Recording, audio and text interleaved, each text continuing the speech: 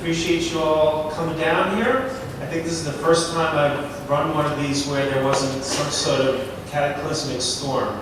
At least 3 out of 4 of them have either been postponed or curtailed by that. So I picked this up about a year ago. We had a pretty vibrant group when it was in Dumbo, and what I'm hoping to do is keep on with the long-term future and perhaps extend it out not only to technology topics, but even ones that are non-technology, like chocolate, for instance, which we had about 5 or 6 months ago. So the whole idea of web privacy, it's really broad. And depending on what newspapers you read, you're reading about Facebook policy, you're reading about government policy. There was just something in the Supreme Court that got settled as far as the extent to which the federal government can track emails between US citizens and alleged terrorists. That may not apply to each and every one of you at any given point, but there are all kinds of decisions that are coming down the pike like that. Then it comes to the more prosaic hackers. I mean, hackers have a bad reputation, but in reality, most of them are doing good things. They're doing cause-related kinds of activities, and some of them are doing some evil things, and those are all be the kinds of topics that we'll be talking about tonight, hopefully.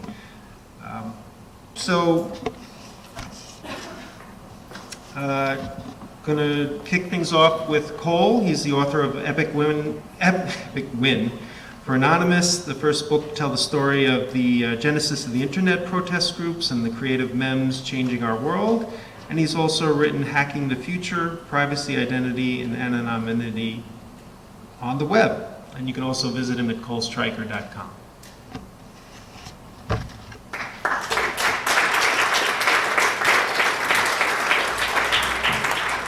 Pretty sure I still mispronounce anonymity every once in a while, so not a big deal. Yeah, my name is Cole Stryker. Is there a way to raise this mic by any chance? Or just take it out?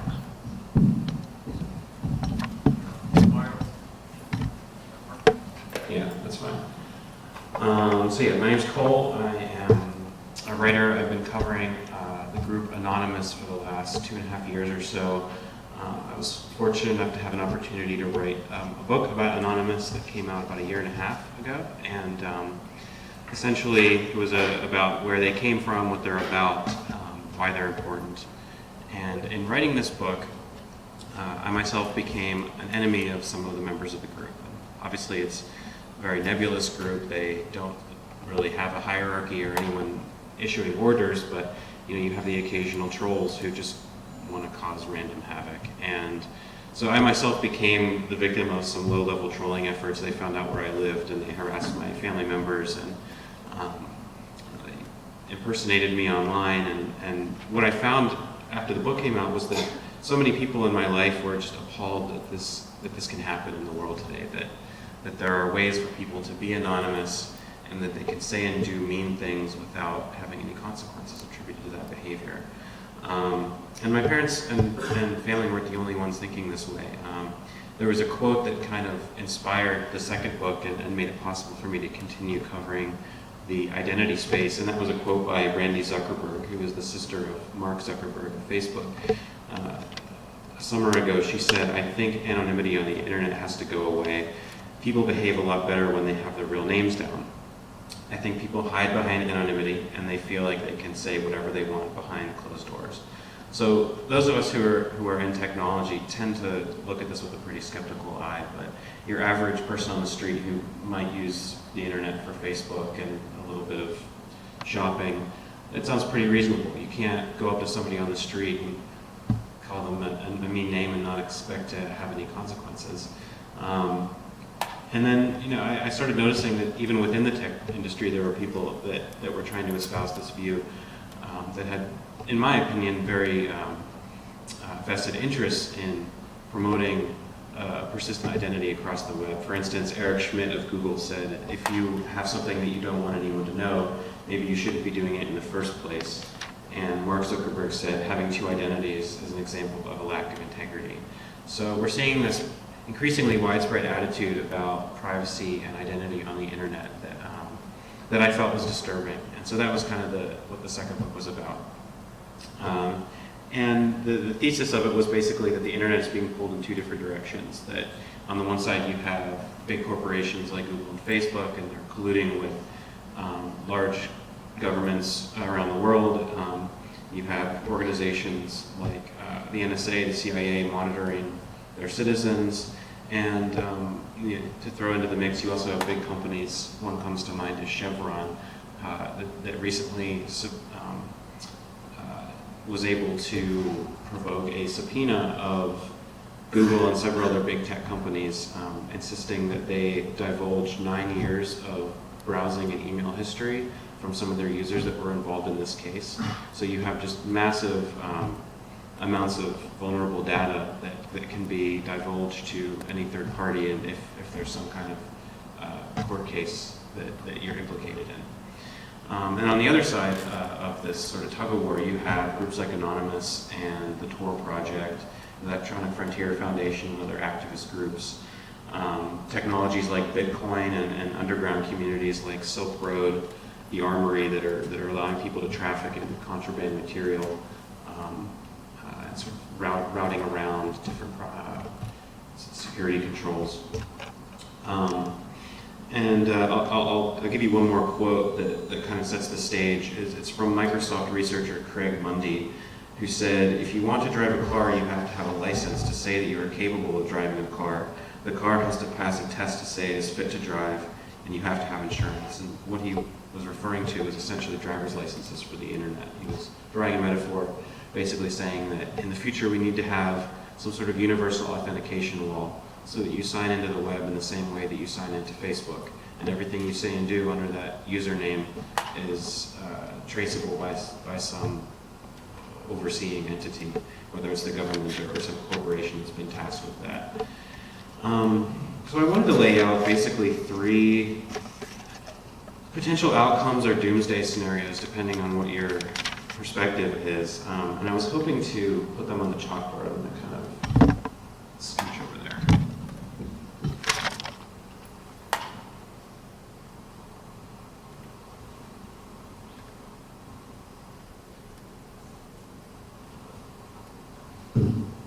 All right. I haven't written with chalk since I was probably 11, so forgive my handwriting, but I thought it would be nice to kind of have them up. All right, so the first scenario, and again, I'll just preface this by saying that these are kind of broad scenarios that are likely to not happen in one specific silo, but it's probably pieces of all 30 that are likely to happen. But the first one is what I call the 1984 scenario. So some kind of transnational surveillance state where everything you say and do is traced, and people basically live in fear under some sort of oppressive authoritarian government. And characteristics of this might include things like drones, ever-present drones, not just military drones, watching over you, making sure that you're safe and secure. Universal authentication wall for the entire internet. Facial recognition and biometrics. And by that I mean some sort of system that can recognize who you are by your face that they're seeing through your webcam to ensure that it's you using the computer. And more broadly, security cameras are basically following you around wherever you go in your car as you make your way about the city, in the train, whatever. And maybe some kind of mandatory geolocation. So either similarly that this is happening today, you're carrying around your smartphone and it tracks your location, but taking that a step further, maybe there's a chip implanted in your hand or something. Or you have to wear an earring. Again, we're getting into sci-fi territory here, but thinking 30 years down the road might not be that far-fetched. So the kind of events that might bring something like this on, just speaking very vaguely, some kind of digital Pearl Harbor scenario. CIA Director Leon Panetta did introduce this idea, but he recently popularized it and launched a 1,000-page thesis about the event that maybe Al-Qaeda pays someone to figure out a way to shut down a power grid in a major city, or blow up a nuclear power plant or something like that. And this is some kind of horrible, destructive event that would cause a major crackdown on privacy and openness on the web. Another scenario might be hackers figuring out how to hack into things like pacemakers and cars and all these other things that we don't think of as being computers, but are hackable just like any other computer. Heart monitors. What if Dick Cheney's out there and suddenly drops dead because some hacker figures out a way to get into his pacemaker? Maybe there is a crackdown on alternative currencies like Bitcoin. So assuming Bitcoin becomes really popular in the next 5 to 10 years, it's not taxable, you can't monitor where it's going. What are governments going to have to say about this? I don't think they're going to like it. If people are able to conduct business and they don't get a cut, and potentially it's funding who knows what kind of crime. And then maybe another thing would be some sort of copyright crackdown. So we're actually, just the other day, I was reading a story about attempts for ISPs to throttle bandwidth when there's this suspected behavior of piracy on someone's internet connection. What if that were taken to some further extreme, where enough industries were able to lobby such that there was a tremendous crackdown around piracy, like the Sopa stuff, but even more far-reaching. So that pretty much covers the first scenario, and later on, Dan is going to talk a little bit more about how that might play out and the work that he's doing and how it, and any connections between the two. The second scenario is what I call the transparent society, and this is not a term that I coined. This was coined by the science fiction author David Brin. Basically, this refers to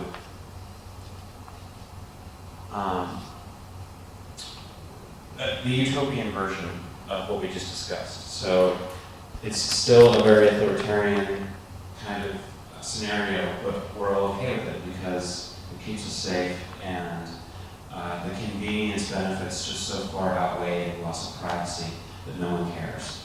So, I mean, the characteristics of this might be the rise of big data.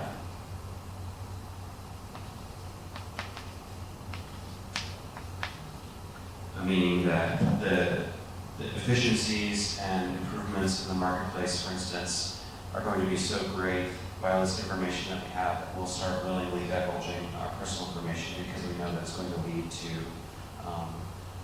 better quality of life. Very vaguely speaking, robots.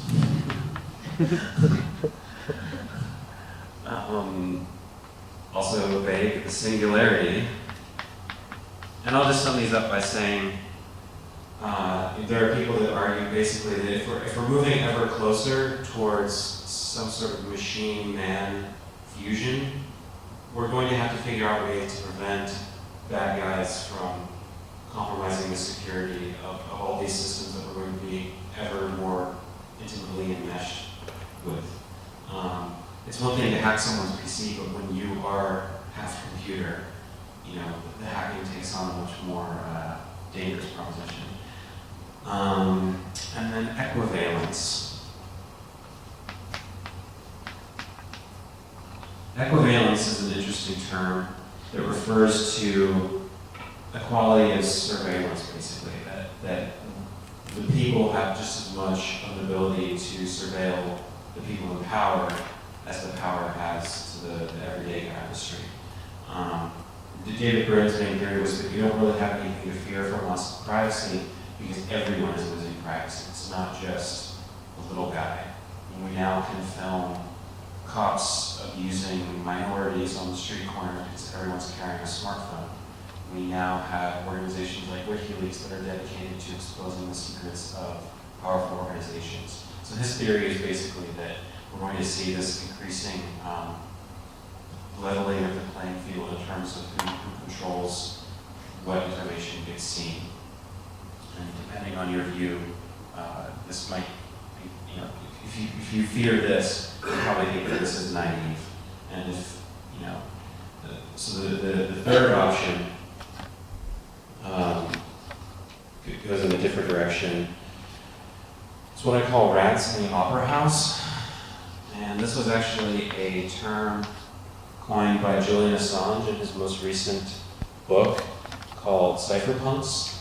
It was just released by War Books a few months ago, and basically it's a transcript of a conversation he had with 3 friends. And basically the theory is that hackers and other geeks are going to figure out ways to route around all these systems of control. And the only people that experience something close to true freedom are going to be the ones who know cryptography and have the technical wherewithal to keep themselves secure. So basically, the scenario is that it's up to you how much privacy you have. To an extent, this is sort of what we have now. But the rats in the opera house metaphor comes from when he was a young man and he went to see a play at the Sydney Opera House, and he saw a big fat river rat crawl out of the water and start dining on the crumbs of a dinner party that had been held there. Basically, his thinking was, this is what it will be like in the future for the cypherpunks and the cryptographers. Only those who have the technical acumen will be able to enjoy the benefits that those in positions of power will also be able to have. So this is some kind of like crypto anarchy scenario where you have widespread cryptography. You've got individuals owning their own info rather than Facebook owning your info. You have black markets. This is kind of like the libertarian wet dream scenario. And perhaps a collapse of traditional state organization, like collapse of the state.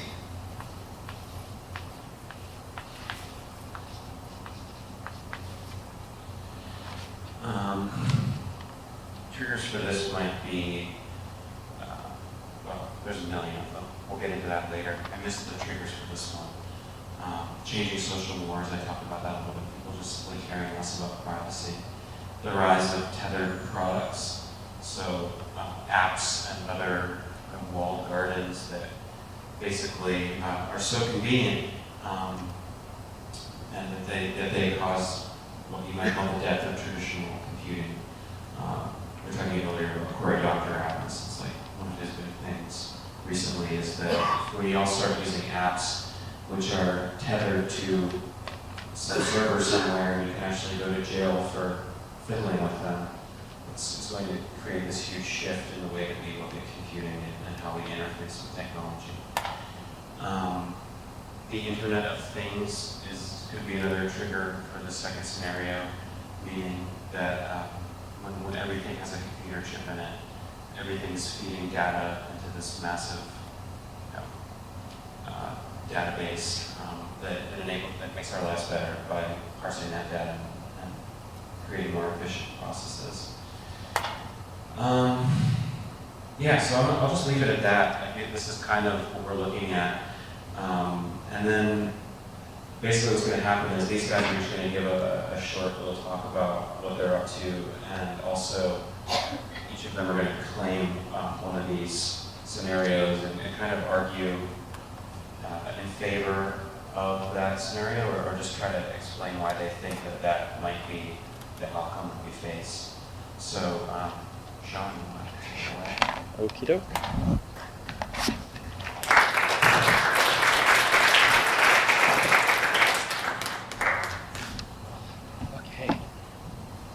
Hi, I'm Sean. Cool. So thanks for inviting me, Cole, and it's fun to be here. This is, I think about this kind of stuff day in, day out. I'm a former programming contest world finalist, and I used to work in high frequency trading. So I have a very technical background, but now I'm kind of consider myself an artist. I'm a part of an arts tech community in New York. And I'm presently a grad student, master's student at NYU, a part of the ITP program. It's Interactive Telecommunications Program. And so I'll preface this with what I've done, and I want to make some statements on one of these topics. So recent projects I've done, I collaborated on this project called Autonomous Interactive Radio, which is an open source, low cost and low maintenance FM pirate radio station. So it's a open source project, so anybody can download the source code for it, and they can use open source hardware in order to set up an FM transmitter. So if you have enough power piping through it, it's illegal, but it kind of turns the radio on its head as being this very commercial driven platform. Another project I did is called the L-Train Network. It was about 1.5 years ago. I did 1 week of an experiment of putting Wi-Fi on the L-Train to serve daily interesting content to hipsters in Brooklyn and to allow them to connect to underground. So we got artists together to provide us content that people might want to see. So writers, as well as visual artists, and we also had a chat system. So when people were actually on the subway commuting, they could connect using their cell phone to our Wi-Fi hotspot, which was on the subway, and have an underground content system. So my background, I actually took computer science and pure math, and I took a lot of cryptography courses. So when Cole had the scenarios and he put them out to us, I instantly went to the rat scenario, because that's some of the stuff I've studied. I've implemented some of the algorithms that you would use in public key cryptography, but now it's kind of more of in my past, but I still think about it sometimes. So I'm a bit of a pragmatist, and this is a futurist meeting, so I'm going to try to talk about now, and then I'm going to try to bring it more into the future. What I think is that a lot of the present day technologies could very well contribute to a crypto anarchy future. And it could happen very soon if the right conditions are met. Okay. So I want to talk about crypto.cat. Crypto.cat is an application for encrypted chat. It's one of the projects, one of the first projects I know about that's an end-to-end encryption system with a heavy focus on modern usability. So I tried it out earlier today again, and basically this is what happened. I enter my username and the chat room I want to enter. I click the enter button on the interface, and I'm presenting with a loading bar and a cute cat who's pixelated, and a random facts about cats and their mouse hunting habits. So it's like kind of this really cute interface. And it takes about 10 seconds to load, but once I'm there, I just have a simple chat window for me to talk with whoever else is in the chat room. And I can ask other people to join the chat room with me. And it gives a very secure chat room in which we can talk about anything. So imagine like a journalist who's in the Middle East who needs to have some level of privacy. They'll use this kind of tool. It's really nice because how it works is not buried in requests for comments or RFCs in the IEEE lingo.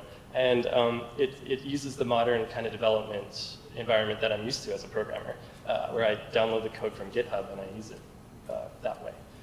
So it doesn't really implement any new ideas in the cryptography sense. Instead, it uses an old idea called OTR, and it's called off the record.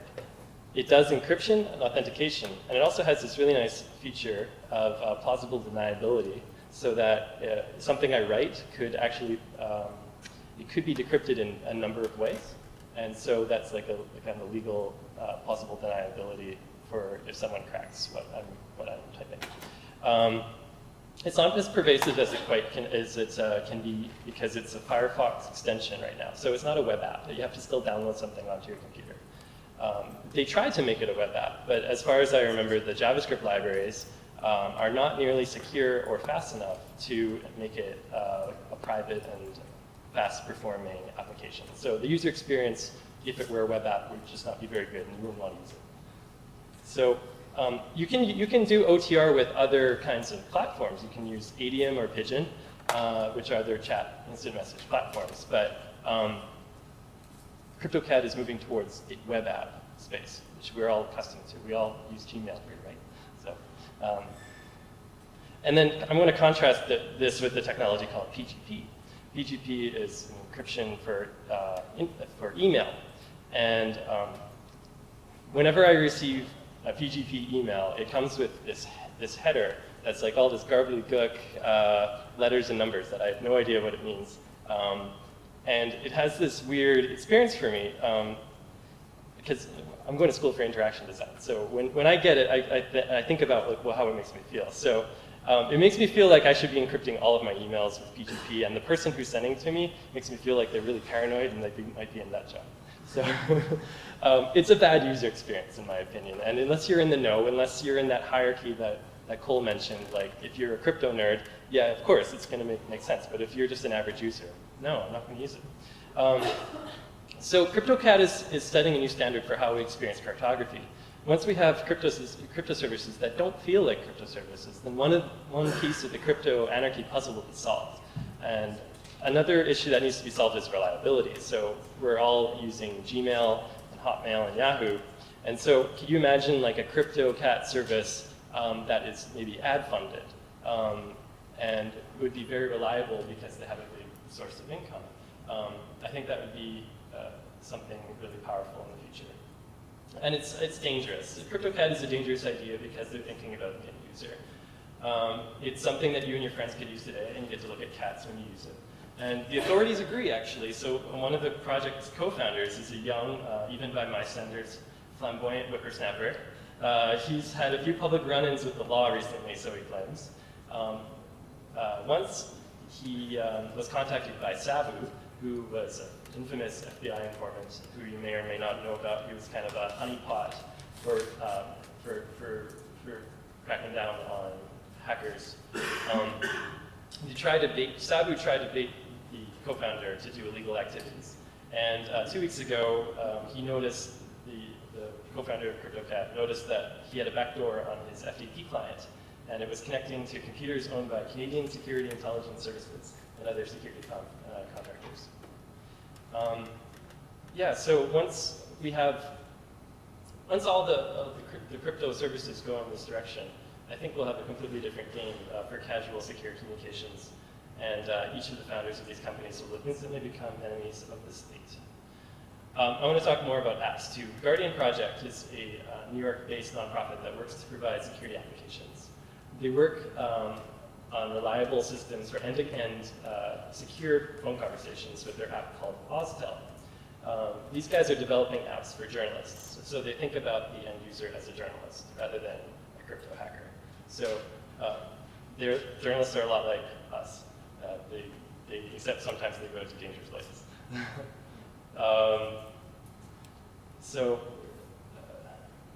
They also make another app called ObscureCam, which allows you to obscure details of images directly with your phone before you upload them to social media sites. And some activists' lives are put in danger by merely being in a photo. This puts the power on the photographer to report the story and protect their sources, because once a raw photo is sent to a cloud service, it can't be trusted no matter what post-processing you can do on there, because they may have the wrong image. So I think we can create a crypto anarchy consumer revolution today if we wanted to. So many of the tools we have are here or nearly here. And I didn't even talk about probably the most famous of them all, which is Tor. Economically speaking, we don't have enough incentive to change our email clients and our chat programs, though, our phone services and our camera apps. And that will be the final bridge. One of my professors is Clay Shirky, and he really influenced me to think about applications in this way in the program space that you need to have users. Maybe that change will come because of state measures or economic measures. Sexy crypto services will become economically viable despite their huge investment risks. Yeah, my guess is that efficiencies in insurance policies that can be extracted from a hyper-transparent society will be the tipping point for consumers to consider crypto services for day-to-day use. Their wallets would need to be targeted with the, and with you can't sell security alone to consumers in a product. You need to sell superior experiences or economic reasons. And by the way, the applications are secure. All right, so about 5 minutes remaining. What would you say? Yeah, sure. Can we talk a little bit about what you just said, and using the example that we talked about at dinner, with McDonald's in the parking lot, or an example of your choice?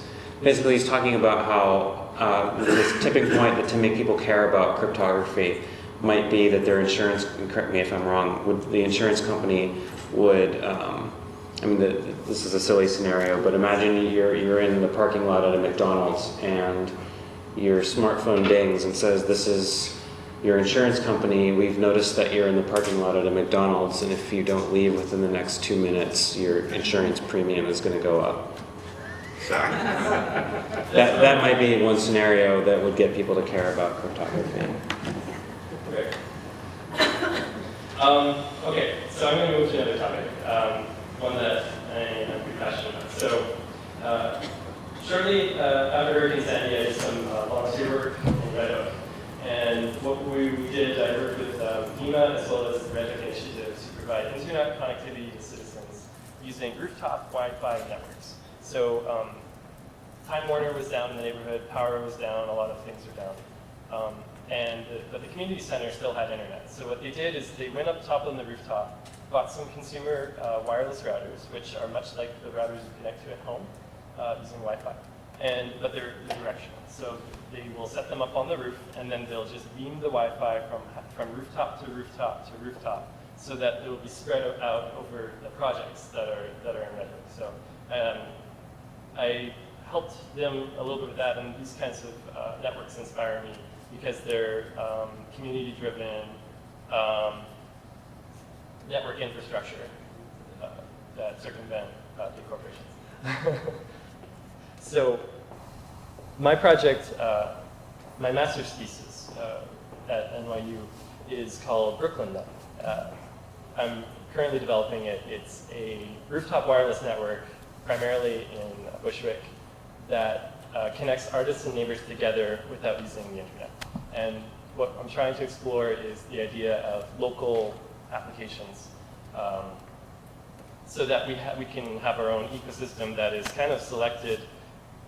Whoever has connectivity has to be within the neighborhood. So I'm wondering if that is going to create an interesting environment for new types of interactions. And my roommate actually has this theory that in the future we'll have a lot of these kinds of islands. They're islands of network connectivity that are disconnected from each other. So he likes to say, but you know, when you go to Amsterdam for the weed, but maybe in the future you'll go to Brooklyn for their higher content.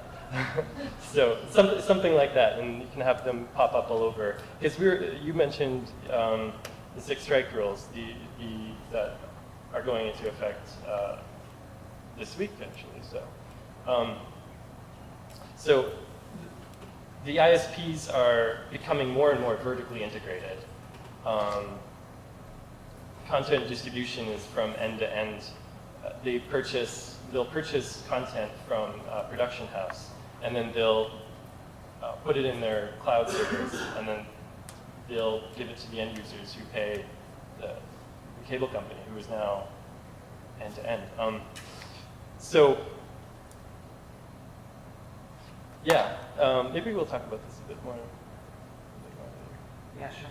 Yeah, I much prefer to do that in a question answer. Yeah. Question answers here. Just real quick, before we continue, I was hoping to get a show of hands as to what people think is the most likely future scenario. Let's go long term and say 30 years from now. How many people think that number one is the most likely outcome? Right now. That's my initiative vote for. Few people. Number one would be just government dissolves power. Well, that would be basically number two, I think. I guess I should probably take this question. Well, I mean, it's hazy. There's like, you know, like I said, they're not meant to be distinct. For simplicity's sake, I split them up into these three categories. But so how about two, meaning that people just won't care as much about privacy, and then our benevolent overlords at Google government help us live better lives through big data. All right, so most people. And then anyone think that three is the likely outcome, so that we, all right, some optimists. They're not mutually exclusive. Right, no, Yes, they could be mixed. of course. Yes, there's a- yes, today, you see. Right. They're most likely. Right, like I said, for simplicity and just to put the spread out there, I split them up into three, but you're right, the likeliest scenario is that we will have this. I mean, it's almost 100%. Anyway, so moving on, we've got Dan. I forgot to introduce Sean, but I do have a quick bio for Dan. Dan Phiffer builds websites, makes art, and teaches in New York. His current project is Occupy Here, a pirate Wi-Fi project where each node is an offline LAN island in an archipelago of affiliated sites. So, take it away. Thanks. And actually, a lot of what Sean was talking about kind of applies to stuff I'm working on too. So forgive me if I say a lot of similar stuff as Sean. So I should make an admission right off the bat. I don't consider myself much of a futurist.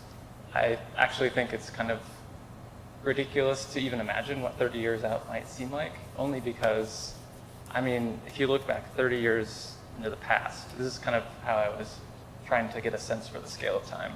Like 30 years ago, TCP/IP, the sort of underlying technology that makes the internet work, was just getting introduced into the ARPANET, which is now, you know, the internet.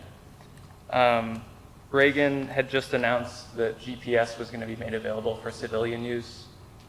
The first U.S. cruise missiles were being delivered to England. This was in the during the Cold War. And these are all, I mean, these three things I think lead into the topics I'm going to be talking about. Drones, what was it? Facial recognition. What was that? Universal authentication. Yeah. Wait, what's universal authentication? Just that you have to log into the internet and everything you say and do is traceable. Oh, okay. Yeah, was that mine? Well, facial recognition, that was the one that I was looking more into, and geolocation. And you had said in the email mandatory geolocation. I thought the mandatory modifier was kind of interesting. So those three are mostly what I'm going to be talking about. But also, I should say, I think talking about dystopia, like I think of this as kind of like the dystopian scenario, at least insofar as like the sci-fi that I've been reading lately. Like there's this book by Ken MacLeod called Intrusion that paints a very like drone, geolocation-heavy future scenario. I highly recommend it. And actually, before I go on too much further, I should say his book is actually available as an EPUB off my Occupy Here Wi-Fi. With apologies to the copyright holder, I don't actually know if it's for sale in the US. At the time, it was only in England you could get it. So they can just log into that like any Wi-Fi.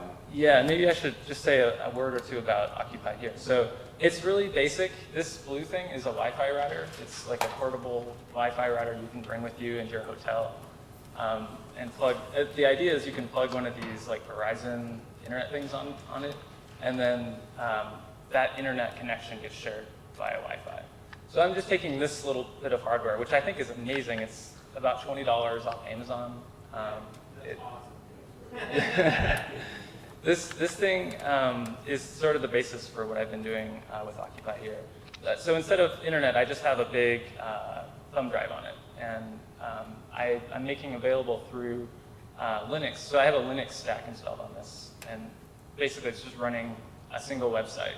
So if you use your phone right now, if your phone can get on Wi-Fi and has a browser in it, if you connect to Occupy here Wi-Fi, any browser requests you make will get redirected to this one website, occupy.here.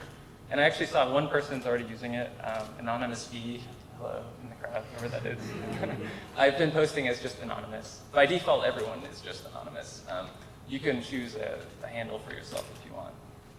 But I actually posted a bunch of stuff leading up to this. So if you browse around, you'll see some content that's related. Is it slow? Is it slow? I think I try to post videos sometimes, and it doesn't handle it very well. And I think that has just to do with the fact that this processor is really basic, and It's $20. it's $20. It might be more like 27 actually. But yeah, it's running off of a battery, so I can take this in the subway with me. It's entirely self-contained. And archipelago part that Cole was saying in my introduction it's this feature where if you log into this, you can choose to back up everything that's on the thumb drive onto your phone. And then the next time you connect to somebody else's, like if you follow the DIY instructions and build your own, there's a way for me to like transport everything that happened on here to the next one without needing an intranet to connect them. So it's kind of like a very slow sneaker net style transport, if that makes sense. And your vision would be for everyone to have one of these things? My vision, yeah, so I would put this, I consider this a hopelessly optimistic project in general, in part because I think the internet is so convenient and fast and everyone has it in their pocket all the time. I'm not sure that I'll get there, but I want to set this in contrast to this dystopia, which to me has a lot to do with services with which you have no control and which kind of exists outside of your interests. And especially like somebody in the audience was mentioning something about a nicer government and like how the government plays into this. And I think a lot of whether we end up with a dystopia or not has to do with whether we take responsibility for, this government is actually a representative one. It should reflect what our interests are. So let me just back up and look at some of these in a little more detail. So government facial recognition is, I think, where I wanted to start. This is kind of all over the news these days. There's something called Next Generation ID, which is an FBI database that's using something called an eigenface model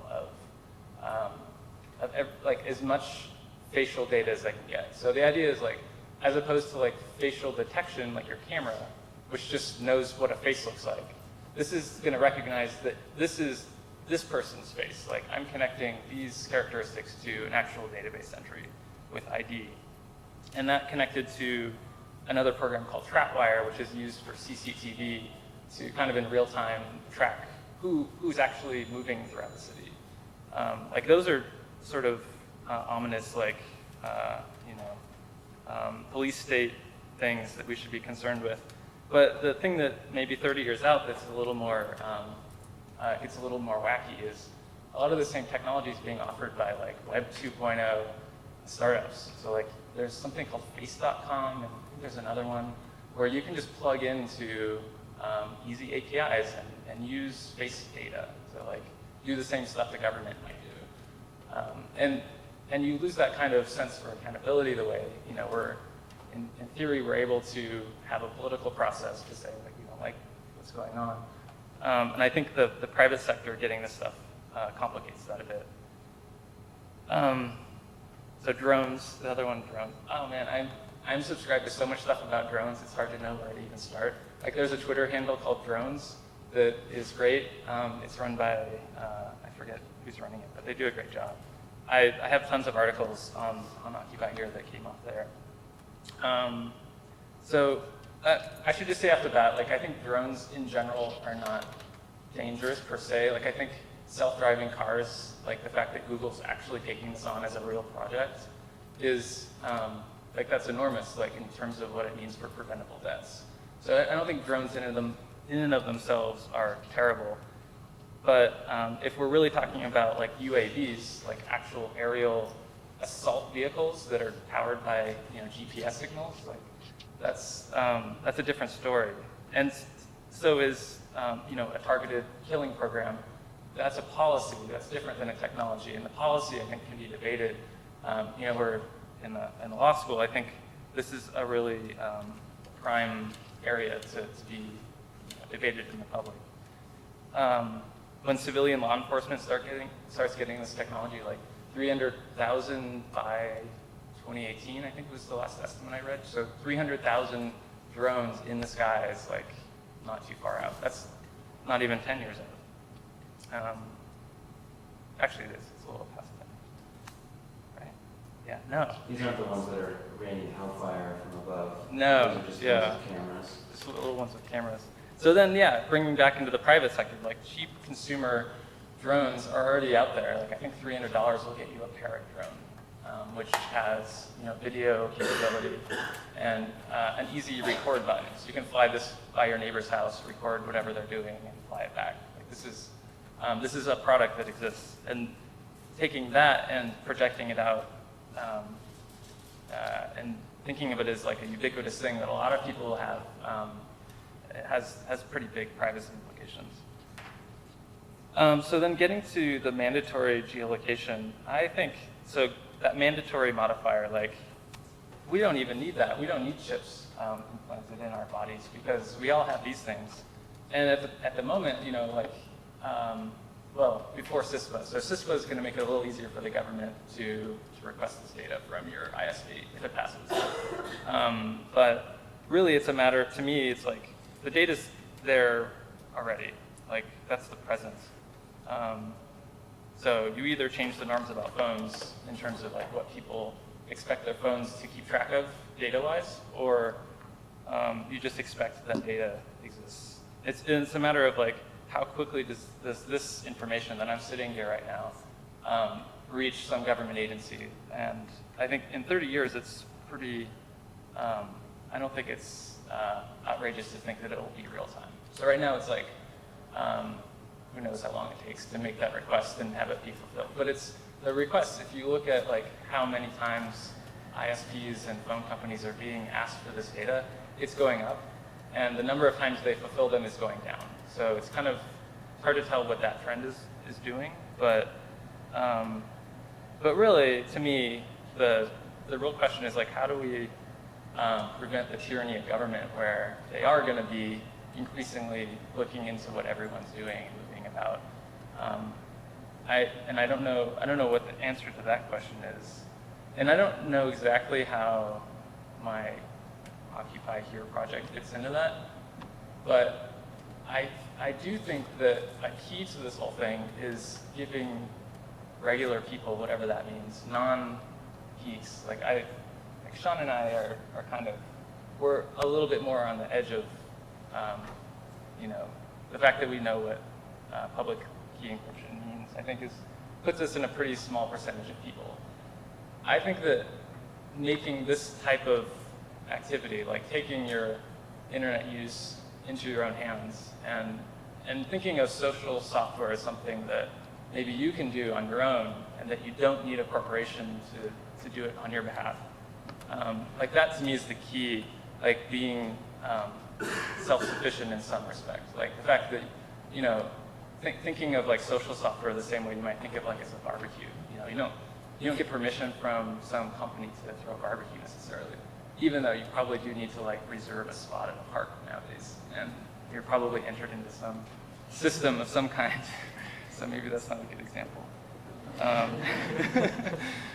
But I mean, the main point, though, I think, is that I want this stuff to be really easy and really commonly used. And like the thing why it bears the name Occupy on it in the first place is that I've spent a lot of time at Zuccotti Park, and I wanted to have a tool for people to reach each other through text. Like I was having these great conversations with strangers orally, and I didn't have like a good way to like follow up on it later. You just have a conversation and then you leave the park or whatever. So this is a way to like do that in other places, not just Zuccotti Park. Not just thinking about like activism as a specialized activity. Like I don't know that we need the word activism. I think that everyone should consider themselves an active part of the society. Like that shouldn't be like an outlier activity. And I guess once more people are doing that, then more people are paying attention to what government is doing, and hopefully there's like something that brings government's use of power back into line. I'll stop there. I hope I didn't go too long. Cool. So one of the things I hate when I go to these things is that there's never enough time for questions. So I actually have a big list of questions, but I was thinking I would open it up for anyone from the audience first, and then fill any remaining time with my own questions for these guys and just discussion starters. So if anyone has anything for any of us, we can do that now, and then I will just start. Yeah. Dan, I suppose the building that Yeah, they are. They're like, there's a GitHub account, and like it's actually not as easy as it should be yet, but that's basically like the main task that's left, is making the whole thing much easier to actually build. And actually it's not working for me right now, I don't know. Yeah, it's having a little problem, but it's like, it will work. Yeah, that's Great. the goal. And then a comment just about this, everybody said these will probably all exist at once. And I think that's true, and I think one way to think about it is that people will exist in these layers, like a Berger Vinci slow zone for people that really don't have money or don't care. And then I think going forward now when we have the crypto, but you'll have people with money from private companies coming in, building out infrastructure for people to pay. And people will pay. People are trapped right now, I think thinking about free model. It doesn't have to be free for something like that. People pay for privacy. Market Randi Zuckerberg certainly paid for it. These are we have graphs in the opera house, but then you also have people going to see the opera, who are the rich people who can afford to just buy the security of their information. You mentioned in your introduction the concept of web identities used by government for certification process or something like that. And I know right now there's no verifiable identity system for the web. What are some of the current efforts to develop those either by governments or by private companies, and how realistic, putting aside the policy questions about whether we implement that, but how realistic do you think it is that there can be a technology solution that works to create a verifiable universal web identity? Everyone I've ever talked to who works in security kind of laughs when I ask them that question, because a lot of these guys are hackers, or former hackers who were able to score very well, highly paying jobs in the security industry because they broke someone else's security. So their mindset is any sort of persistent identity platform is going to be immediately broken the minute it's rolled out. So there's an overwhelming pessimism among techies, but maybe you guys can speak to like specific platforms. The guy I mentioned, Craig Mundy, was the guy advocating for driver's licenses for the web, and he's at Microsoft, so I assume that Microsoft is working on it. And obviously Facebook is perhaps not explicitly, but implicitly trying to become the primary identification tool that we now use wherever we are on the web, not just within Facebook, but if I want to leave a comment on a Facebook post, I'm potentially logging in through Facebook. And there's a lot of money to be made in being that identity authentication provider. So maybe you guys can think of something more specific. Not at a technical level, but we talked about the hierarchy of nerds and versus the public. So Google Plus saying that you may not use a pseudonym changes the way that we understand and interact with the internet. So 90-10 rule, 90% of us are now going to be completely identifiable just by the terms of our social networks. China actually instituted about a month ago, I think, a real name requirement for internet usage all over the country. So you have to it's a universal authentication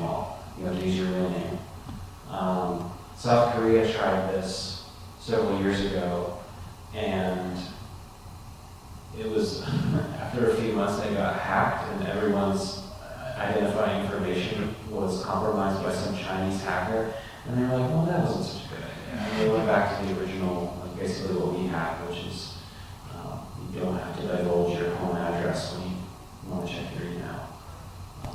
I mean, my feeling about ID stuff is just that it doesn't match how people actually express their identity, which it varies so much depending on the context. So any system that has a single like database entry for who I am is going to fail, just because that's not how people actually live. Well, we can talk about like the government and Big Brother and so on, but I work in the tech industry and people work at companies like Google. And from the perspective of those companies, they want a single identity simply because that makes it easiest to search for. When you run a search company, you want to be able to search for people's information. That's your competitive advantage. So when Google hates the fact that you're posting all this stuff on Facebook, they can access it and search your business on Facebook. Instead of Google, from their perspective, they have a very large amount of money focused on identifying that. Google is one to fix that. Like they're not the government, but the government can be hacked. A company like Google, can probably consistently succeed despite the evidence. Well, that's a big assumption. Yeah, it's an assumption, and it's also assuming that they can't get subpoenaed. I mean, like this Chevron case is an example of that. And it's not like the U.S. government is the only government that can subpoena. And not every government has the same robust, depending on who you ask, robust privacy policy in the world. There are other countries that have far fewer protections for privacy that, is Google going to bend when some other country wants to capture that info? You had your hand up. I wanted to ask questions for all of you. How much of this week have you? I can't hear the question. Okay, I'll speak a little louder. You can repeat it too for the Yeah, stream. like somewhere. Yeah, the question is whether we have wireless. Yeah, so We here. do. But I know. I don't know if that works. You just use it. You have to flip it on. We should probably repeat it for the stream anyway, if anyone's watching on the stream. Yeah, perfect. Oh, cool.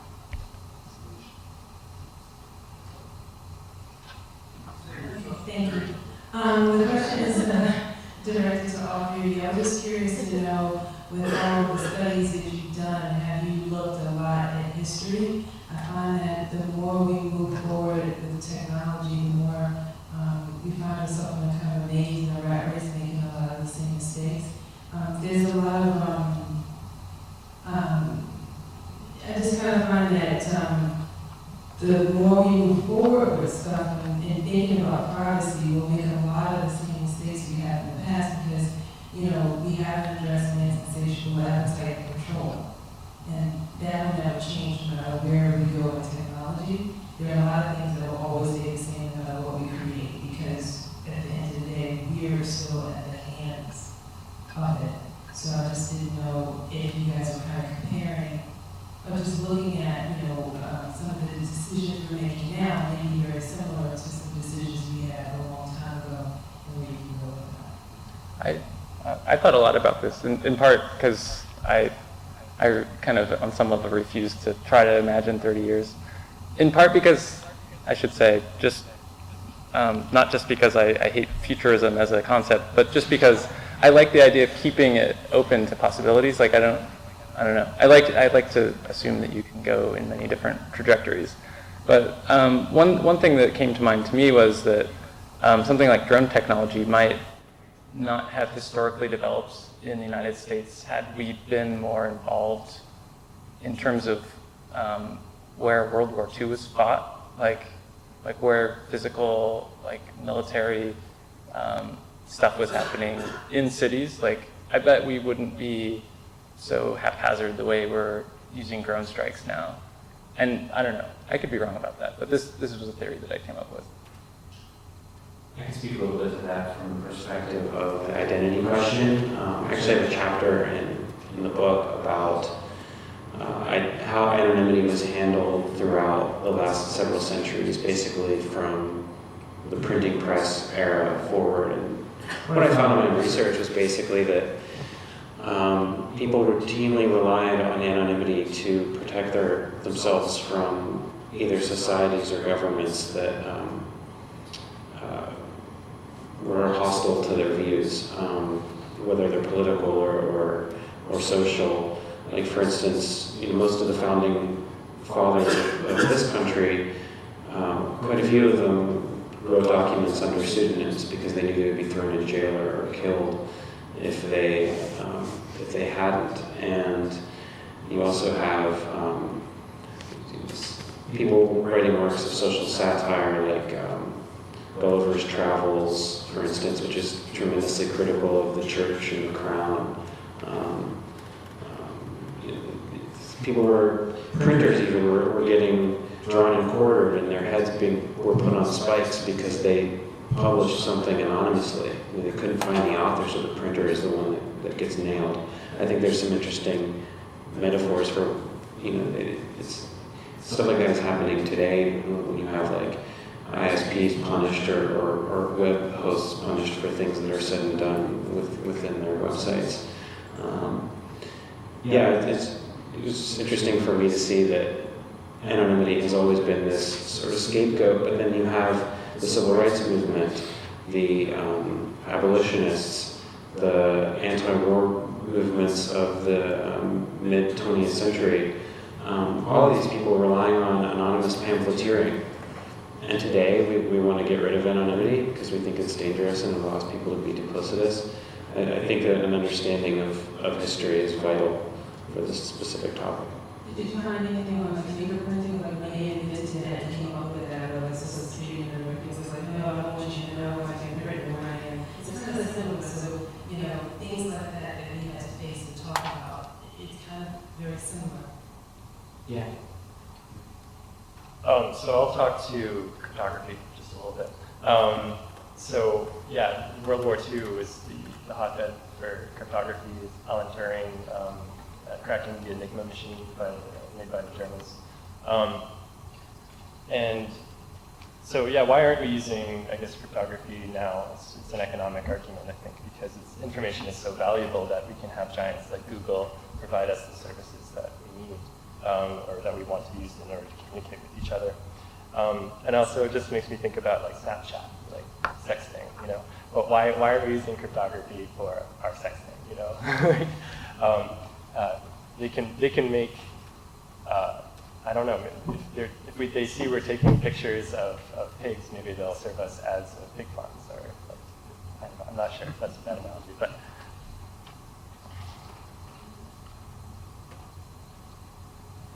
So I want to talk or get your thoughts on kind of it's also related to historical context.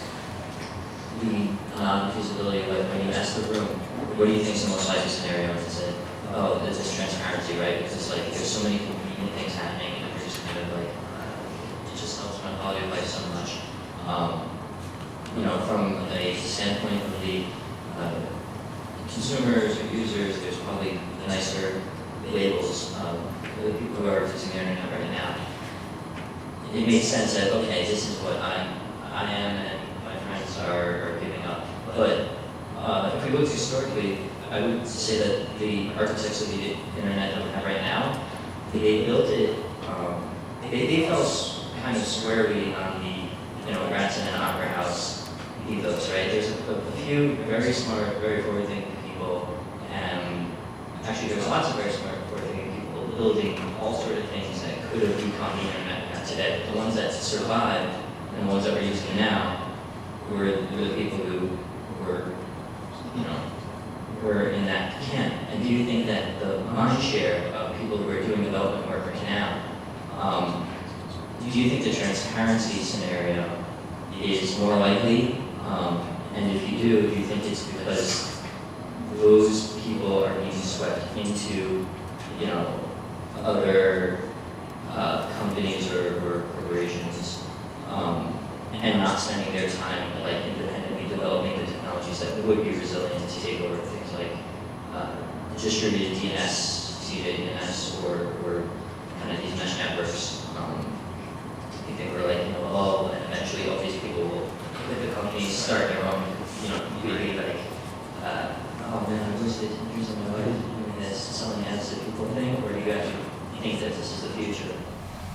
You guys are more embedded in the hacker community than I am, so I'll let you guys handle this one. Well, yeah, I'm absolutely a believer that technology reflects the ideology of the creator. And I think a lot of our technology does have probably kind of like a libertarian bent, I guess, for lack of a better term. I don't know. I guess I think it reflects a like capitalist startup culture on a lot of levels. Like I think that's what our current technology is producing right now, and it's because that's what's producing the technology. I don't know. I mean, I don't know that people will suddenly think otherwise. I think the people who are doing that stuff actually believe that stuff, and that's why they're creating the products that they're creating.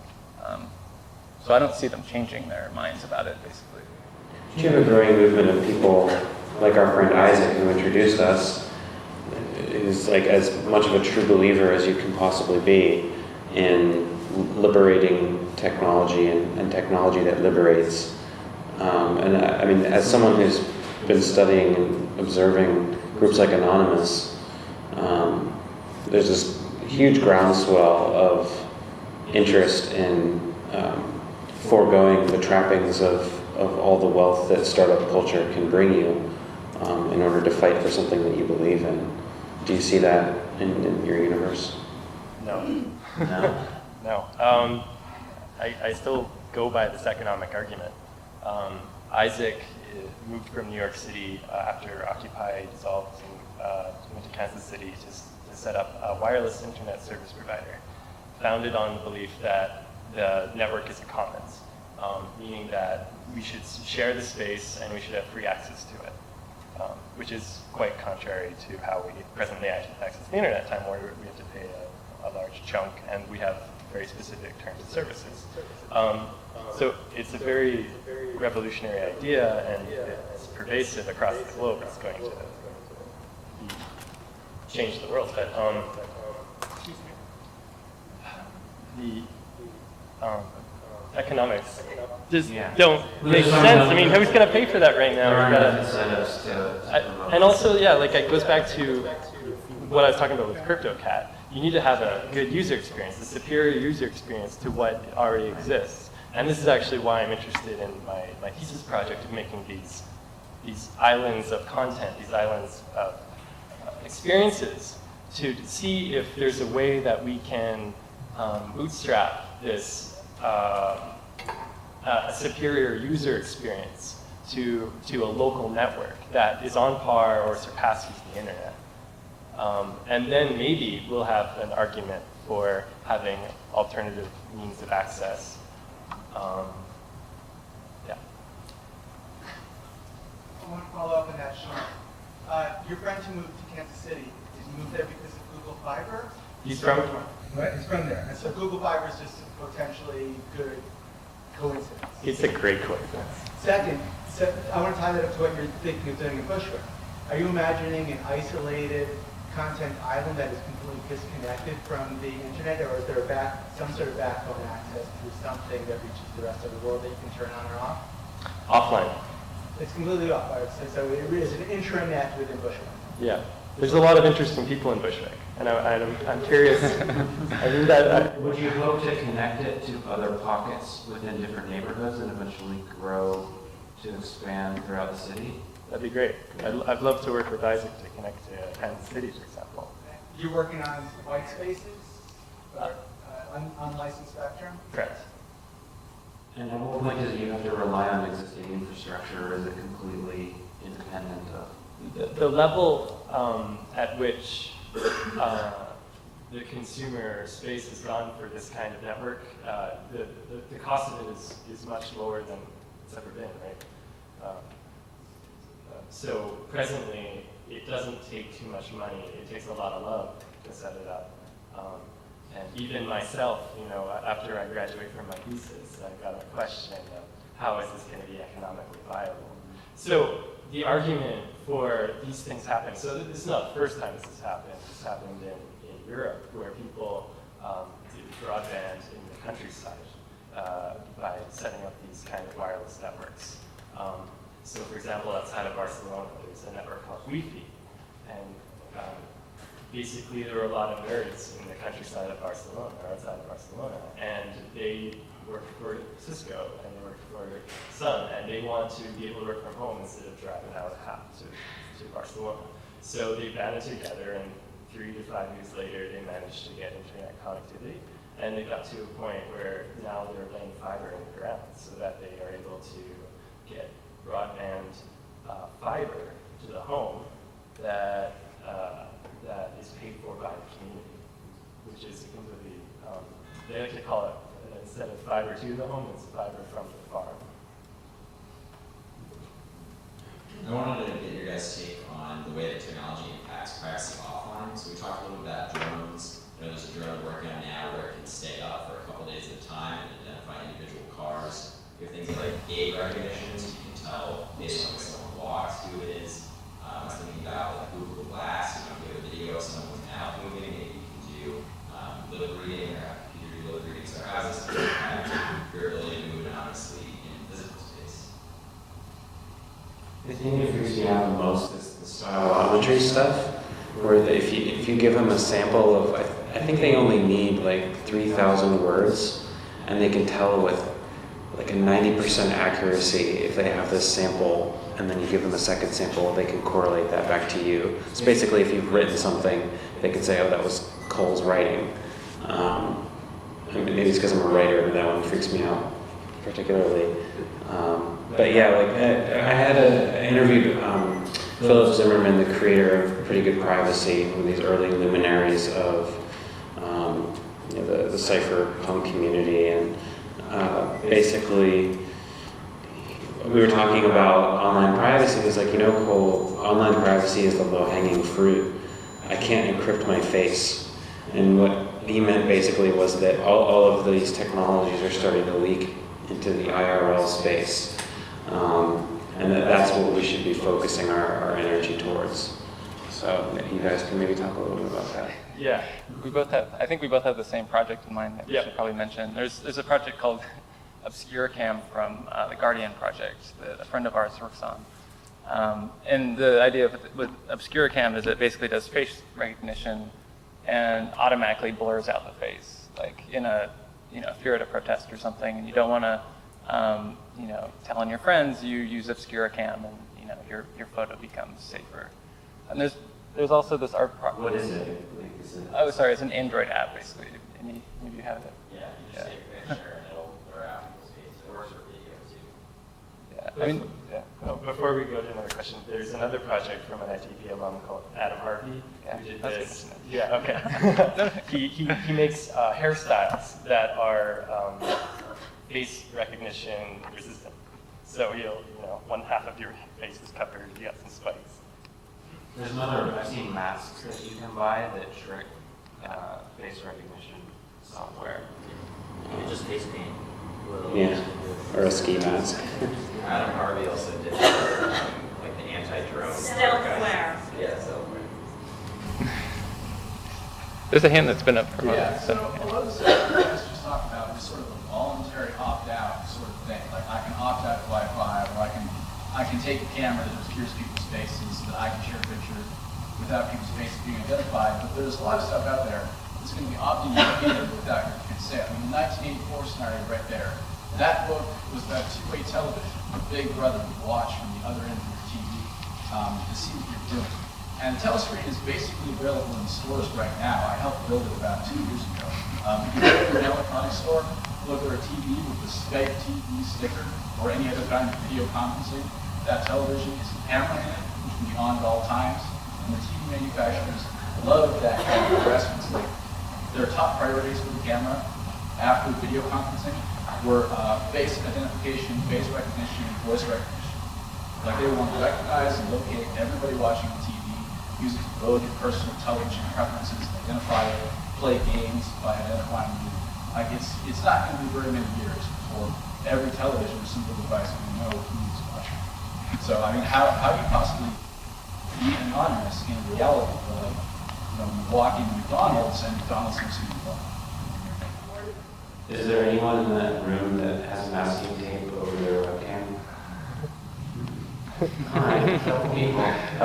Can I talk about a project that I did? Yeah. Related to this? Dan went to ITP as well, and we have this floor at NYU, the 4th floor of the Tisch building, and we're all there. There's about 200 of us, and it's pretty small. So it turns out there were some cameras that were just like security cameras that were just attached to the roof. There were about 5 of them spread out across, and they had public-facing IP addresses. So anybody could log into them, and they had like total like panning, zooming, and as long as you had the IP address, there's no password. You could just go and watch us. It was kind of like we were in a hyper-transparent society. So I took about a month's worth of time lapse from each of those cameras. So I took a picture every minute of my classmates without telling them, because I didn't need permission for this. And there was no privacy policy with this either. So I got about 10 gigabytes worth of photos of my classmates, and I made a big long time lapse. I'm like, well, I don't know what to do with this. I'm a programmer, so not a photographer. But I made a fake startup company called Watcher that is a cloud surveillance company. And what it does is you go into places and we install surveillance cameras for your company. And then we also have advanced facial recognition technology, where if there's like, say, a guy with a business suit walks in and he sits down at the table, then we'll get a tweet and say it's like advanced business detection alert. Now there's something going on. Maybe your boss is making a business deal. Now you know a little bit more about it. We had the incoming first years, the candidates for the program. I caught them on camera, like sitting really awkwardly on these tables, being like, I don't want to talk to anybody, but you might be my classmate next year. So I said that we had advanced lie detection technology that we could like weed out them in advance. I've had a lot of pictures of people frowning. I had advanced frown detection technology that would release kittens and puppies with the Kittens and Puppies API. So like, the television camera is gonna allow all this to happen in the future for sure. I think that this is where the policy space becomes necessary to enter. I mean, there are a lot of hackers and people in the surrounding community that want to solve all the problems with technology, and I think that's great. But like education and activism goes a long way too. Like, I don't know how we can fight ever-present surveillance outside of our homes. So maybe on this topic, it was interesting to note about the history. And I think most of us can agree that the 1984 scenario is not particularly attractive. So for the 1984 scenario, what you need essentially is a large organization that is headed by a psychopath. So the best protection against that is simply not to have very large organizations around there. And to some extent, all these efforts are essentially trying to break down the primacy of any individual large player. But at the same time, companies have this tendency to grow bigger and bigger and bigger. People are giving up their privacy with Facebook, but Facebook is giving them privacy from Google. So it's very easy in this ecosystem to essentially get privacy by giving away privacy to some large entity that claims protection. And this is all very nice in the beginning, but then eventually someone gets at the top of the company and takes advantage of it. And if you think about the history of the internet, I mean, the internet was essentially designed to be decentralized, to essentially survive a direct nuclear attack. And this is the power of it. Essentially how to break down large entities and essentially have a distributed system. But there is another danger on the other side. Essentially, distributed systems sometimes have no rules and no ethics. So, for example, an example of pirate radio. When you have distributed systems that essentially infringe upon the hard work of writers, of filmmakers, and just take their work without giving them any compensation, then this is not ethical. So really, to get, we need something in the middle, something that's distributed yet ethical. This might be, the way to prevent the doomsday scenarios. Yeah, thank you. There's a technologist named Bruce Schneier that I enjoyed reading, and he wrote a post a couple weeks ago about what he calls digital fiefdoms, meaning that the environment is such that we rely on a specific entity like Google or Facebook to keep ourselves secure and safe and our information secure and safe. And you have a variety, it's an ecosystem made up of several fiefdoms. And he thinks that's a good thing, to have people basically competing for the best available, most secure, most privacy-oriented platform. Is that anything to add? Yeah, not particularly you, but I like your comment. Okay. Steamrolling. Oh, I'm going to steamroll you. I'm a noob at panels, sorry.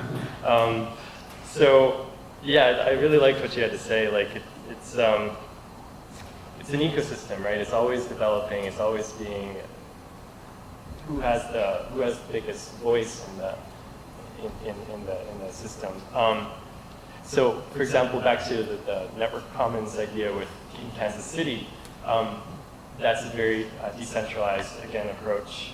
And hopefully they're going to implant these rules in the system from the ground up that will propagate and will create something that is cohesive, that will have privacy. And it's all idealistic. And even my network that I'm referring to, it's gonna, even if it is successful in Bushwick, it's gonna fail at some point because it's gonna get so big, and then something else is gonna replace it, right?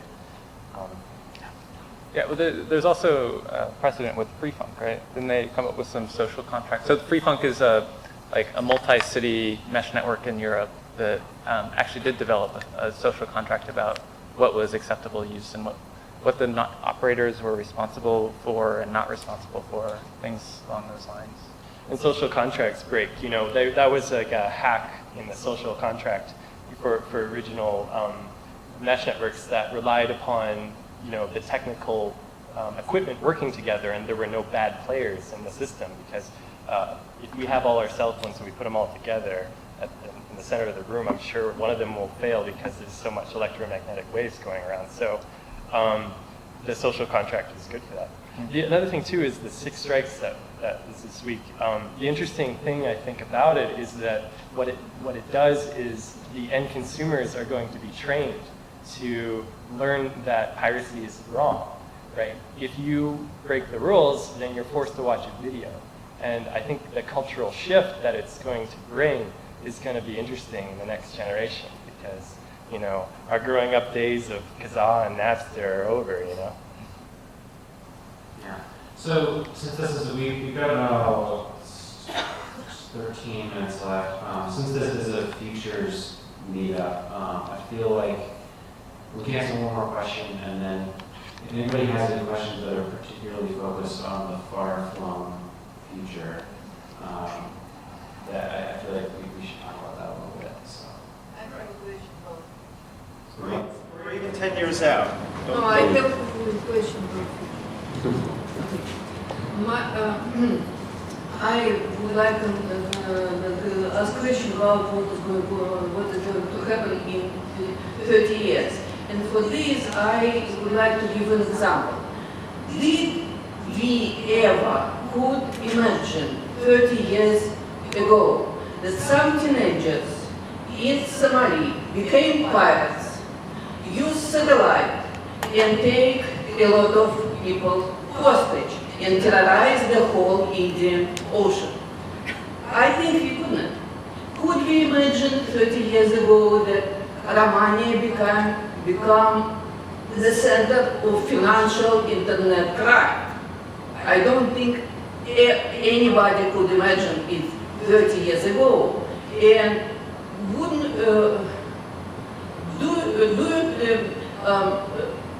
can you imagine that in 30 years we have something absolutely unexpected?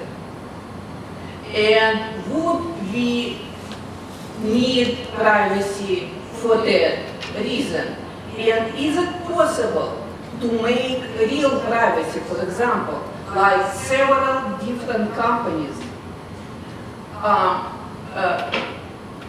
keep different codes for you, and you also have a separate code, but nobody knows it. And they all should come together. Then probably you have to have 3 companies, not just one. And you don't know which ones to take your private information.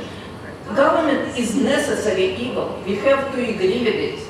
But there is absolutely unexpected scenarios that we could not even imagine. From my point of view, what do you think about this? And it's one question, but I want to ask very much about other question about what. But you know what? I just want to give a lot of people yes, a chance. but We have it's limited amount really of time. important about Aaron Schwartz. What could you comment a little bit on this also? What you could imagine could happen with a person like this in 30 years? My immediate reaction is something that I write about called the permanence problem, where even if I trust Larry and Sergey of Google and Mark Zuckerberg of Facebook, they're probably well-meaning people. Their successors will probably be well-meaning people. Maybe their successors will be well-meaning people. But 30 years from now, I mean, large organizations have a tendency to trend towards tyranny, basically. So because this information is there, it's always going to be there. Once it's online, it's in a server somewhere out in the desert in Utah, in some NSA monitoring facility. So even if you love President Obama, who's to know who the president will be in 30 years and what they're going to do with all this information that's been gathered. So yeah, I think it's important to have a long view to some extent. That's kind of a vague answer, but maybe it's more practical. So there's this thing called Moore's Law. Moore's Law is that computing power will double every 1.5 years. Correct me if I'm wrong, but basically, if we have encrypted communication today, if you and I had a cable and we encrypted our chats between each other, if it were somehow siphoned off to that NSA warehouse, 10 years, 20 years from now, it'll be broken in a few days. Like today, it would take probably hundreds of thousands of years in order for it to read what we're saying, but in the future, everybody's going to know what our past is now. That's already been solved. Quantum encryption. It's solved on the side of keeping things private. Okay. It can't be wrong. Right, but what's the cost of a quantum computer? Yeah, it's going to be the consolidation. And also, I guess one-time ads are another example. Do you want to talk about Aaron Schwartz at all? And then any thoughts? I didn't know. And do you guys know him? Untitled Chapter is the one Yeah. to drop by and say hi. I don't know in what context we should talk about. It reminds me of Nadeem, who's the crypto.cat co-founder. He walks around.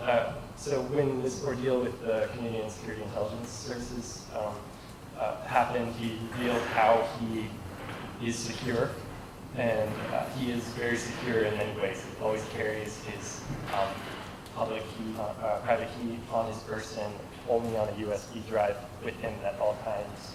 And he had to reveal this because they have a certain reliance on him being a secure individual to make a secure platform.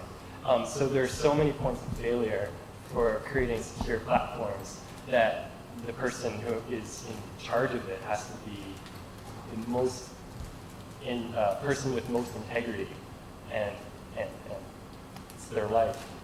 So I don't know if Aaron Schwartz did, how he would have been, but I'm sure he had to deal with security.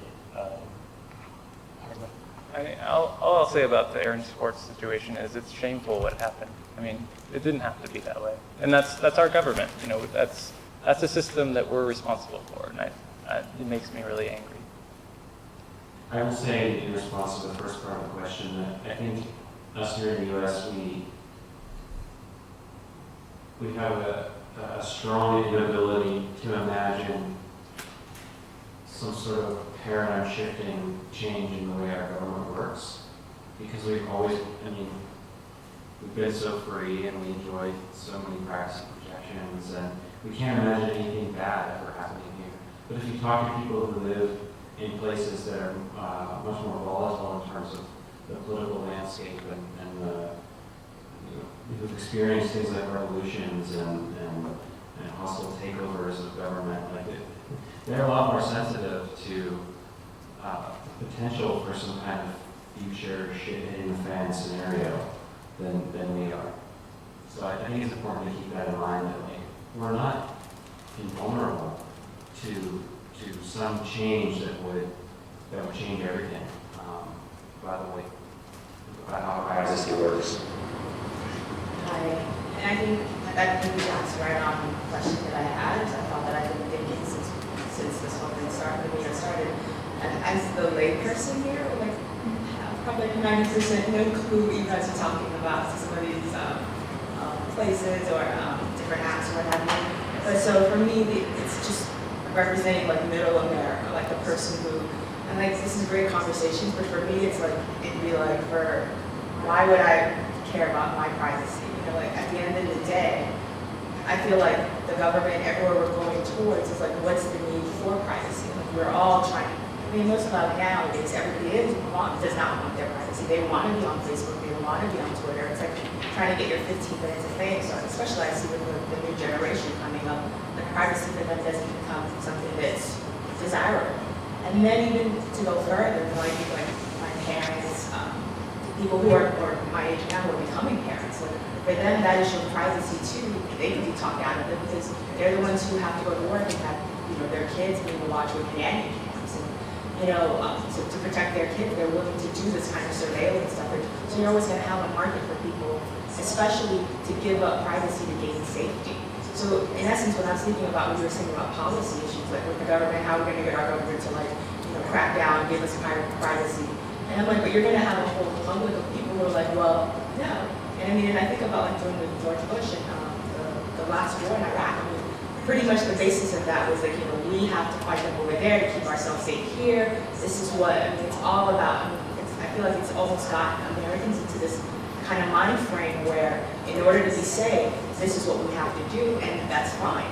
And when I think about, like opening this up to a transparent system, I mean, who's going to need this kind of privacy or whatever? Everything you guys are talking about to lock down on this transparency just reminds me of like criminals. And I mean, am I going to give a privacy to keep pedophiles from getting some of this information, to get these encryptions of anybody who's trying to like hide anything per se? You already have this kind of negative connotation with them.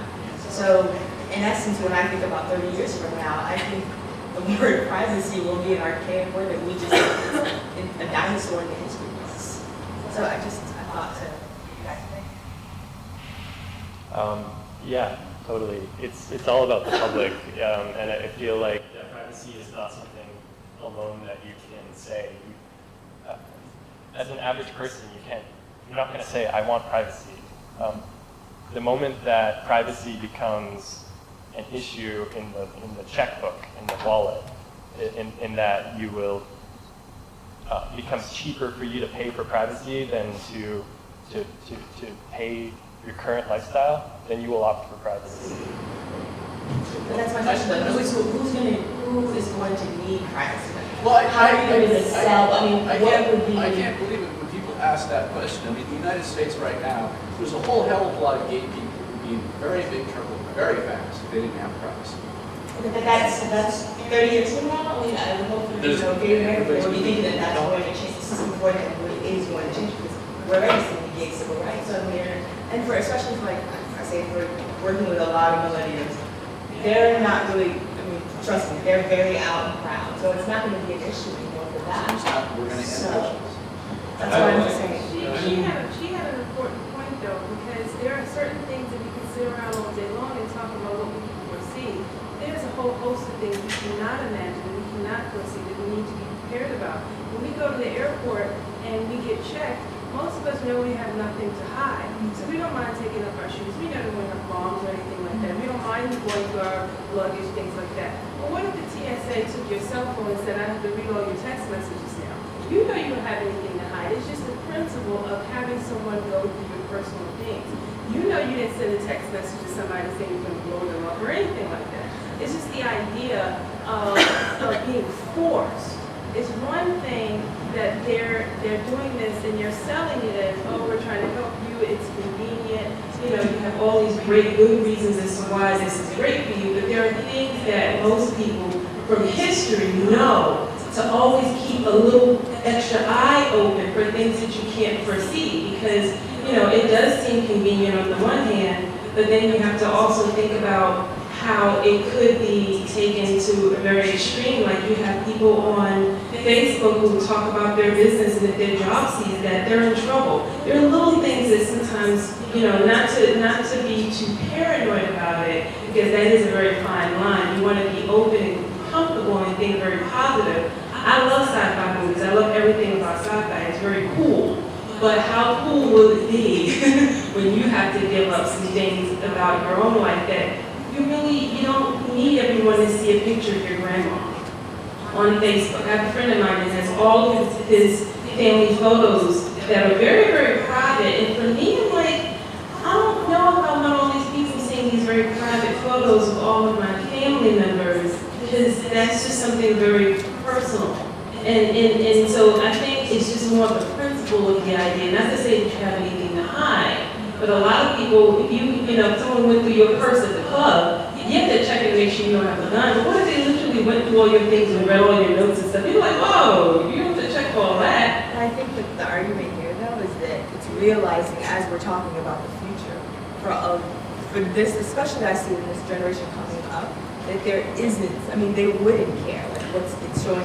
But they tweet it. So that's the thing, you know? That's why I'm like, it's such a different mindset from like our generation. Yeah, I mean, I might be bothered, but you're saying that about the grandmother, and I'm just like, that's all. So I have a startup idea I'd like to pitch. I like where this is going. Okay, so I have a startup idea. So I have an Android app now that you can download on your phone for $2.99, and what you can do is you can upload all your texts before you enter your plane to my encrypted server, and then when you get off on the other side of the TSA checkpoint, you can re-download it back on and wipe it. So would you pay $3 for that service? Because now the TSA is looking at all your text messages when you walk through the scanner. Would you pay for that? I would actually prefer to put my money behind leaving the country if that happens. Only because the reason being is because I think, don't get me wrong, I think a lot of this stuff is very cool. But my issue with is being forced to. That's my issue with it. I kind of have a thing about people imposing this stuff on us without us voting on it. That's my point. I mean, like, bad policy is going to come.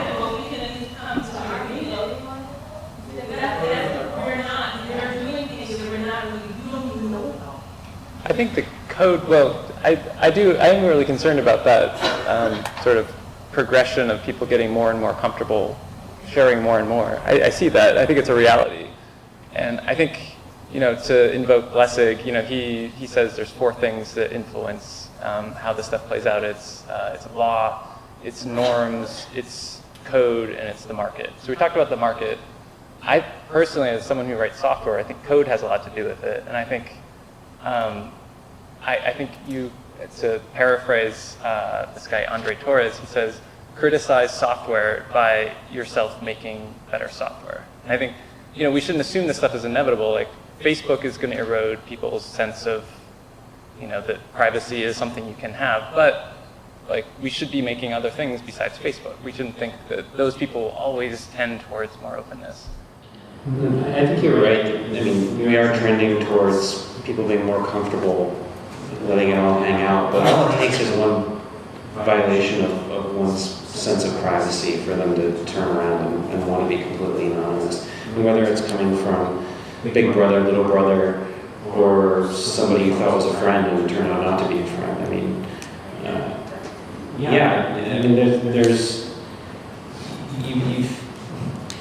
when I talk about anonymity in my books, I'm not so much talking about it as some sort of platonic ideal, but the ability to control how your information is projected, who's receiving it, and what's the context, and the ability to have that control over your own personhood and communications I think is very important, and one of the most integral freedoms. And, we might be swinging, the pendulum might be swinging towards people being open, but, when you see things like people on Twitter being outed for certain things, or I'm trying to give a good example. The bad example that I'm thinking of is those kids who were calling Obama the N-word on Twitter, and then they were exposed and their schools found out and all that stuff. They probably deserve to have their privacy violated, but what if they weren't doing something we all agree is wrong?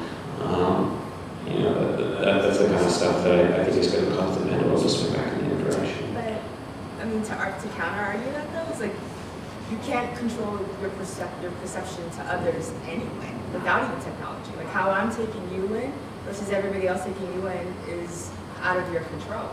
And then versus what you're saying about, the information you put on Twitter as these kids or what have you. Like, it's the same thing as gossip. Like, if you know how you said your friend, you put information in your information to squirt.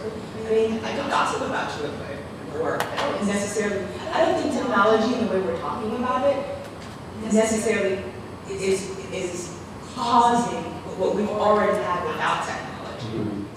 My argument. Well, I think it's lowering it's making it much easier to, for corporations to correlate your market information, but also for your friends. Like when the Facebook search bar launches, I think we'll understand this stuff a lot better because you can ask for certain subgroups of people that, I wouldn't want to be identified and grouped together that way. I read an article about this recently that I think once that search bar goes in, Facebook itself will seem a lot more onerous in terms of how data can be aggregated and pulled out. Get found out sometimes for criticizing an employer. That's a big thing. So employers now paying a lot of money to companies, consultants that will search the internet for anything someone says who's an employee or a candidate for an interview. So if you say anything that bitches at your employer, I'm done. That was that. Yeah. I just want to get in anyone else who hasn't asked a question yet or made a comment. Just real quick, if anyone is more interested in seeing the artists are taking the 10-year, 15-year, 30-year out application of what exists in the market now and what it looks like.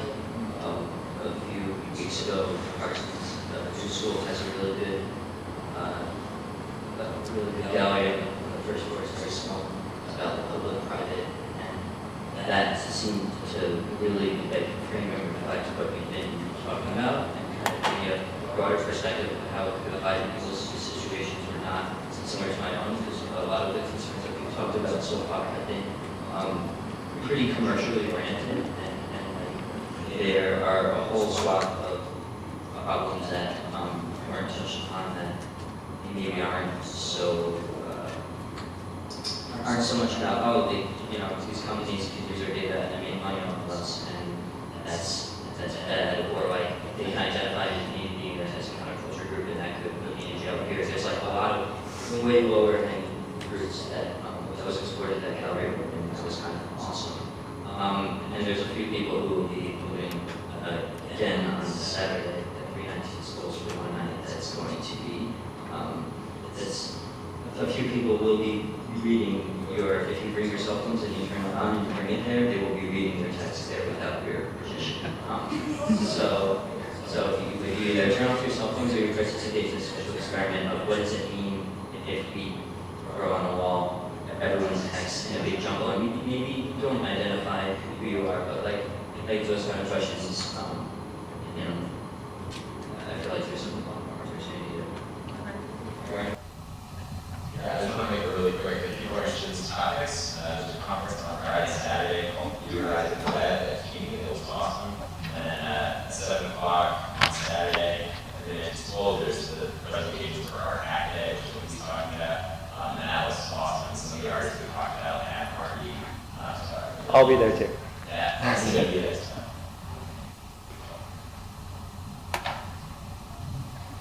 I just want to say one thing, because we got on the topic of how are we going to get the collective, all of us, to start to appreciate the implications of these questions. And I have a liberal arts background, I work in information technology now,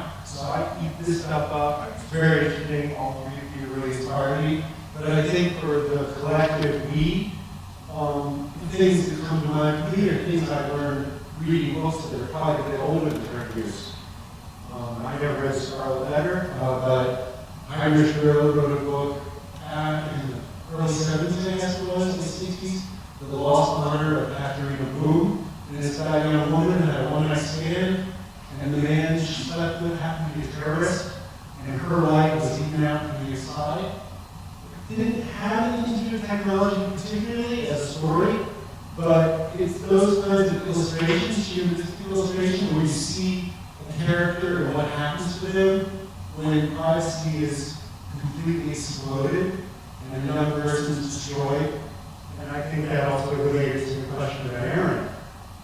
The technology is heady and very interesting, but at the end of the day, we're human animals and we're social beings, and we have thousands of years of history to pull back on or draw on to understand our relations with one another.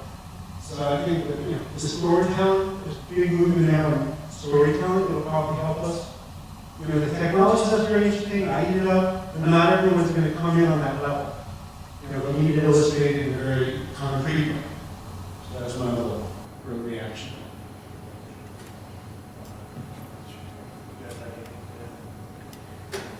I wanted to remind everyone that Cole has books for sale. Okay. On that